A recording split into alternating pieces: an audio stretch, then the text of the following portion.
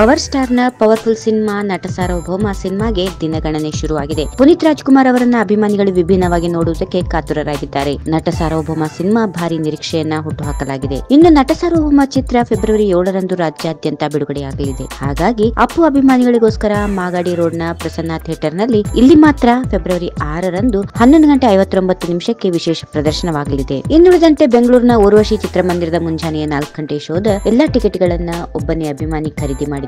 ಈ ಬಗ್ಗೆ ಪುನೀತ್ ಸಹ ಸಂತೋಷ ವ್ಯಕ್ತಪಡಿಸಿ ಅಭಿಮಾನಿಗೆ ಧನ್ಯವಾದ ತಿಳಿಸಿದ್ದಾರೆ. ಇನ್ನು ನಟ ಸಾರ್ವಭೌಮ ಮಧ್ಯರಾತ್ರಿ 12 ಗಂಟೆಯಿಂದಲೇ ಆರಂಭವಾಗಲಿದೆ. ಬುಕಿಂಗ್ಗಳು ಆರಂಭವಾಗಿದ್ದು ಅಭಿಮಾನಿಗಳು ಮುಗಿಬಿದ್ದು ಟಿಕೆಟ್ ಬುಕಿಂಗ್ ಮಾಡಿಕೊಳ್ತಾ ಇದ್ದಾರೆ. ದಕ್ಷಿಣ ಭಾರತದ ಇತಿಹಾಸದಲ್ಲಿಯೇ ಬರೋಬ್ಬರಿ 24 ಗಂಟೆಗಳ ಕಾಲ ಪ್ರದರ್ಶನ ಕಾಣಲಿರುವ ಮೊದಲ ಚಿತ್ರ ನಟ ಸಾರ್ವಭೌಮ ಆಗಲಿದೆ. ಇನ್ನು ಈ ಚಿತ್ರದಲ್ಲಿ ಪುನೀತ್ಗೆ ನಾಯಕಿಯಾಗಿ ರಚಿತಾರಾಮ್, ಅನುಪಮಾ ಪರಮೇಶ್ವರನ್ ಕಾಣಿಸಿಕೊಳ್ಳಲಿದ್ದಾರೆ.